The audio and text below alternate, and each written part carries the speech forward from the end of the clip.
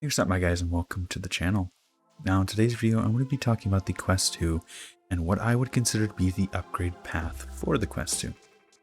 I've owned mine for quite some time, and in that time, I've made a lot of modifications and tweaks to it to turn it into my kind of dream VR setup.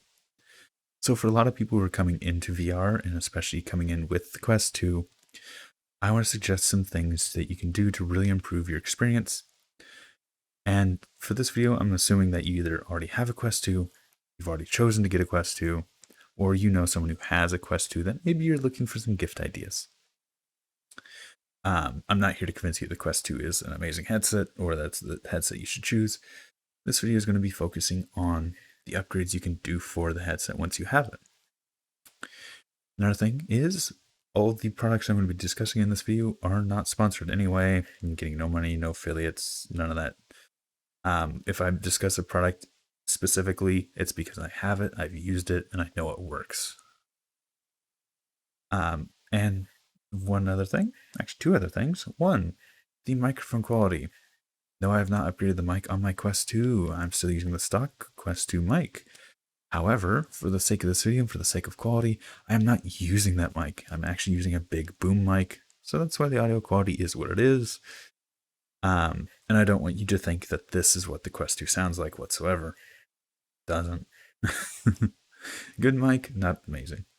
And the last thing I do want to say, I'm going to try and order this list in a way that is progressive, kind of the order of which I would get things based off their price and their usefulness.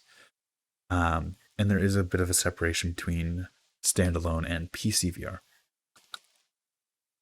So if you've already got your Quest 2, the first thing I would suggest getting is your faceplate. Replace the standard faceplate. It's a really bad foam one. I honestly could not play with it on. It irritated me so bad, and especially with the whole irritant chemicals issue that Facebook's been running into, just replace it. You can get a simple silicone cover for something like $8 to $12, or you can get a full replacement for something like $25 to $35. I'm running the AMVR replacement. Some things to keep in mind if you are doing that, and you're getting a full replacement like I did. Be careful if you do need to have the glasses spacer. Look for that. Make sure that's compatible with it. I know mine is. I know the AMVR is. And one of the other pros of just being more comfortable, being better than an awful one, really just awful, is because a lot of them are silicone or faux leather. They're easy to clean, easy to replace. A lot of them come with either multiple different pads, so you can keep one for whoever different people are using it maybe, or just with this one, it comes with a bunch of different pads, spacers and stuff, and you can really get it to fit your face well and be really comfortable. Would recommend first thing I'd get. Probably the second thing I would get after that is a long charging cable. Regardless if you're going for PCVR or regardless if you're going for just standalone, a long charging cable is a really nice thing to have. You can get one for about $25 to the official one, which is like $80.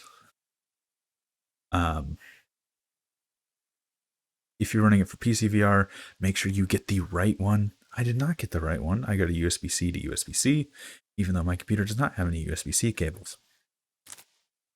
And the reason I suggest this is because the number of people I've seen playing, especially standalone, that have to play for 2 hours, get off because their headset died, and recharge, or they'll play for 2 hours and then strap themselves to a wall socket with a 2-foot long cable and have to sit on the floor in the corner while their headset recharges as they play. Don't do that to yourself. Just get a cable. Just get a decently long one. I forget which one I actually got, how long it is. Just get a long one. And here's where I would diverge between the standalone and the PCVR. If you have the cable and you have a PC that can run VR, do it. It'll improve your experience quite a lot. Try and get to PCVR as soon as you can. That's my recommendation. I really have never used the Quest 2 standalone except for a handful of exclusive games or just for certain niche multiplayer friends that only have the Quest. PCVR is the way to go, please. But I'm going to go down what I would consider to be standalone upgrades first, and then we can come back to PC in a second. So, standalone upgrades next, I would be doing the Headstrap. The default cloth one, I've never actually used. I bought my headset, I bought the Elite strap with it, and I love the Elite strap, even though it's a bit expensive. It's a really good head strap, except for the fact it's also really fragile. I know a lot of people have broken theirs. I broke mine. Facebook said they fixed that issue. I've still seen broken straps after that. You can get some pretty decent ones for pretty cheap. I think the one I'm wearing right now is about $35. It is a halo strap with the forehead and back of neck support.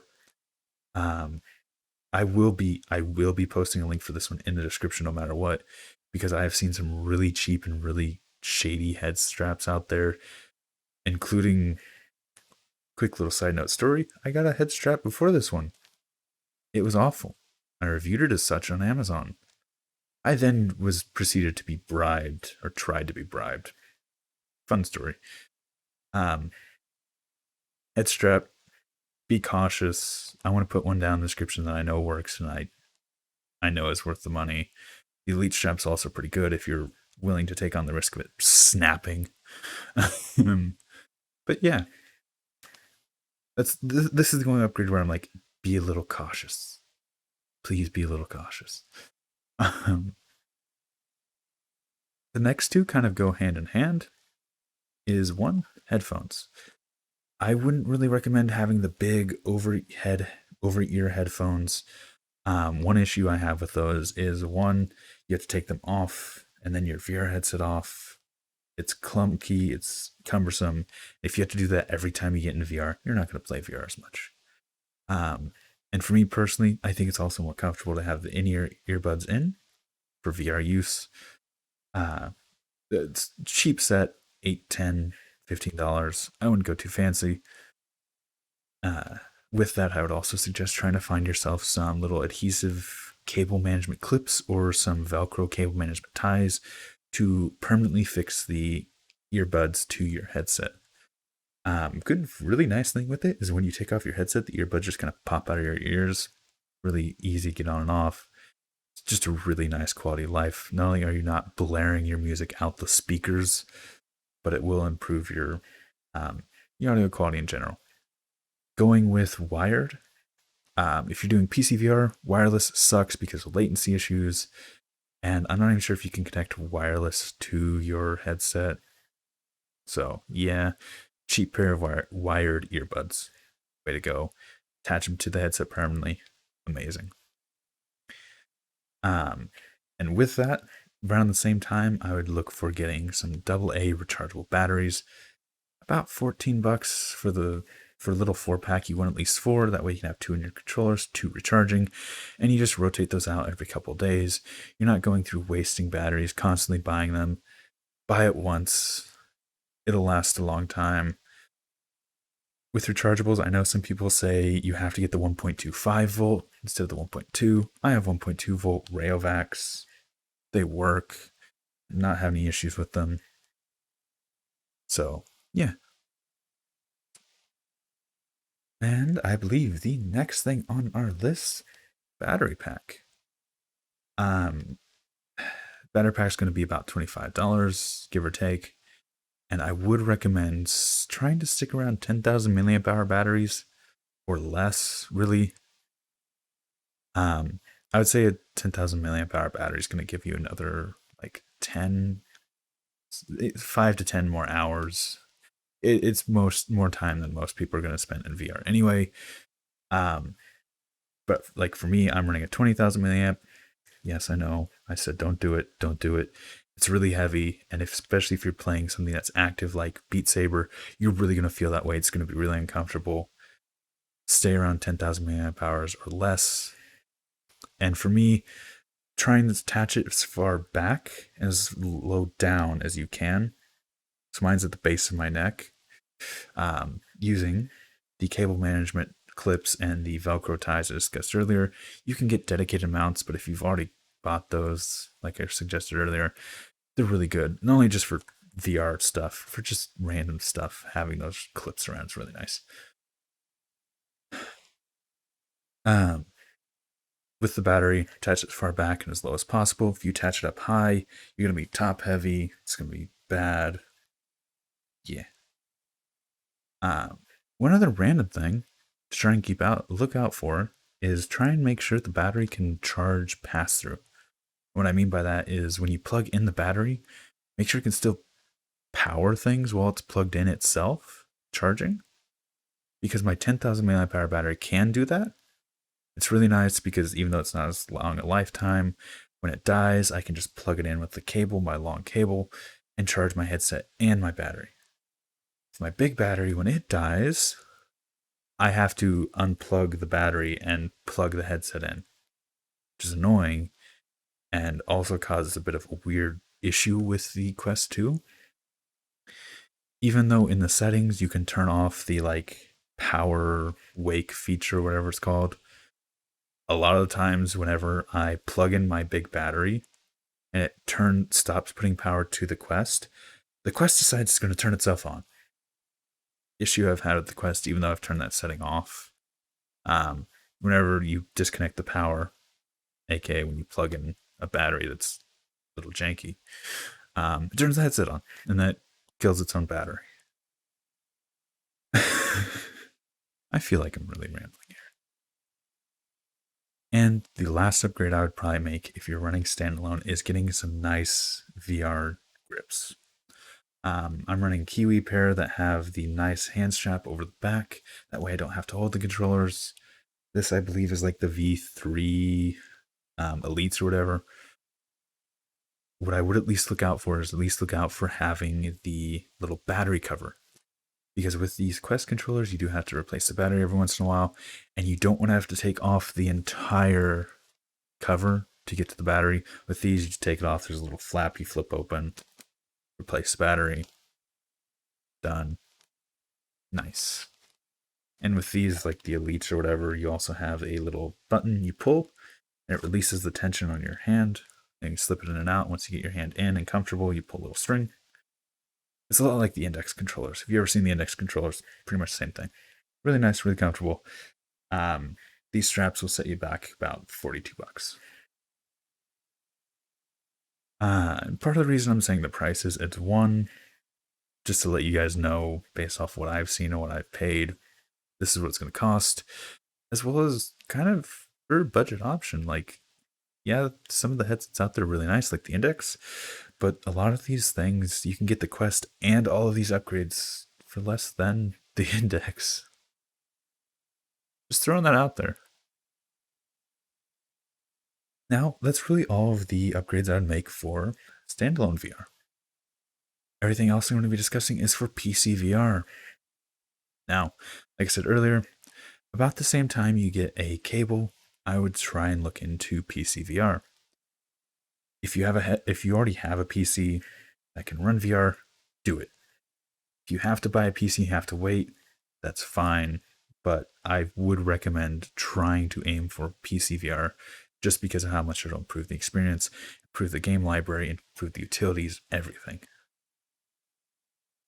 And once you get hooked up to PCVR, I would aim for Steam VR, not running through Oculus VR. Run everything through Steam. You have a larger selection, indie games, as well as like a lot of utilities and stuff that are really helpful. Two of the big utilities I would suggest getting are OVR Advanced Settings. OVR Advanced Settings is what allows you to do a bunch of utility things, but it's mostly known for a play space mover, which is what this is. There we go. Play space mover is pretty much necessary if you're going to be doing full body stuff. It's also really good for games if, say, your play spaces are a little janky. You can forcefully move your play space, rotation and stuff. Good utility. Do it. It's free. OVR Advanced Settings. Next thing, OVR Toolkit. That is what I'm using right now as my big screen with my little diagram that I made for this video. I have a little thing floating in front of me to tell me where my mic is. And its main use is allows you to put a watch on your wrist, see what time, see all your CPU, GPU levels, your battery charges, all sorts of things. And you can attach screens to yourself And it's probably the application you've seen if you've seen someone playing VR in like YouTube and stuff where they turn their hand and look at chat. That's probably OVR Toolkit. That's going to cost you about $12. It's worth it. Um, it's a recommendation. And if you're already doing PCVR, you can do it wireless, yes, but the Quest 2 is capable of wireless VR, and that's how I have mine set up personally, and I freaking love wireless VR. Not having a cable and being able to charge the headset while you play is really nice. One of the issues with the wired PCVR, is that the headset can still slowly die over time. Usually doesn't die as fast as just standalone play, but it's still got a lifespan. With wireless VR, getting a wireless router or a wireless extender, it's going to cost you about 60 to say $140. This is one of those that like kind of needs a little bit more depth, but because it is a little complicated to get set up and get going properly, what I know works and what I would recommend is a TP-Link extender. I'm going to put a link down to it just because something that's Wi-Fi 6 capable, as well as has an Ethernet to your PC. If your PC, your router, and all that are in the same room as your play space, good, that'll work. Getting Wi-Fi 6 routers just fine. If you're like me and I'm on the other side of the house from my main router, I'm using a Wi-Fi extender in my room, directly wired to my PC. It does the job, and it also means that my PC and my headset are on their own little private networks. There's no communication issues, and it has its hiccups here and there, but wireless PCVR is really nice, really cool, and is more than enough for most situations. I wouldn't exactly recommend trying to be a master at Beat Saber, beat high scores in Beat Saber with wireless setup. But if you're doing lounging VR, like VR chat or really most games, wireless is not only fine, but it's really nice because you're completely free. There's nothing here. And for the wireless VR, once you get the hardware set up with the actual routers, modems, extender, whatever, the actual software you use to run wireless VR. Oculus AirLink does exist. It's free. It works, except for when it doesn't. I've had a lot of stability issues with Oculus AirLink, and would just really recommend getting Virtual Desktop. Virtual Desktop costs like $15, and not only does it allow you to do some really cool stuff with like hand tracking and PCVR, but it's just has a lot more settings, a lot more things you can change. It's really reliable, and one of the best things with Virtual Desktop is you don't have to go to your PC every time and turn on 3 different checks. Like with Oculus AirLink, you have to open the software, go to the settings, betas, turn on AirLink. With Virtual Desktop, you just turn on your PC and it's ready. But yeah, and we're almost at the end of the list. The last upgrade I would kind of suggest full body. Full body's kind of out of all the things that are like, oh, this will improve your experience. Full body is just if you're really enthusiastic into VR. Unlike the cheaper side of things, you're probably going to be spending $500 if you go for like bare bones. By the way, $500 is the HTC Vive tracker stuff. I'm not talking about Slime VR or anything like that here, just because I have no experience with it whatsoever, really.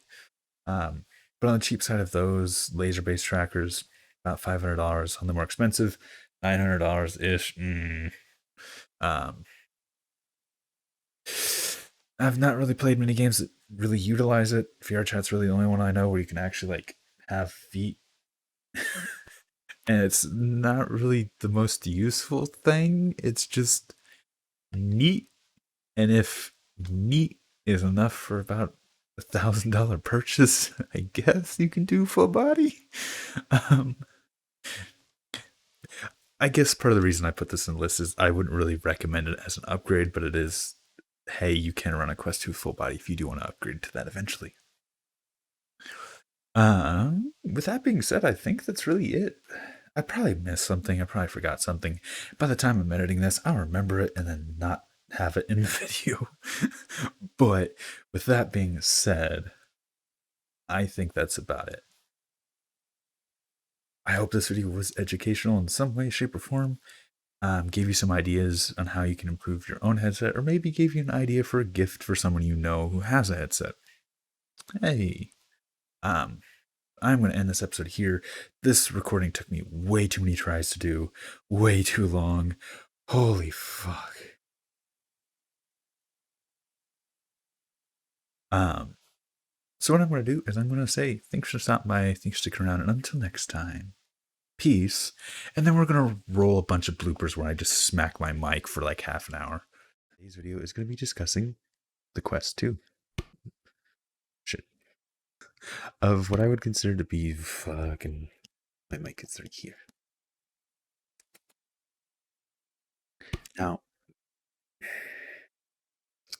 Now, without any further ado, without any further rambling, the first... Fuck, I keep punching this mic. Be careful, I will probably send a link to the specific one I keep punching this fucking mic. This video is gonna have so much fucking bloopers by the time I'm done with it.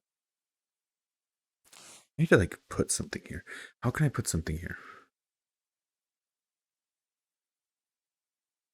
I know how I can put something there. And there's another one, but I forgot what that was. There's gonna be another disclaimer somewhere here. I thought there was 3.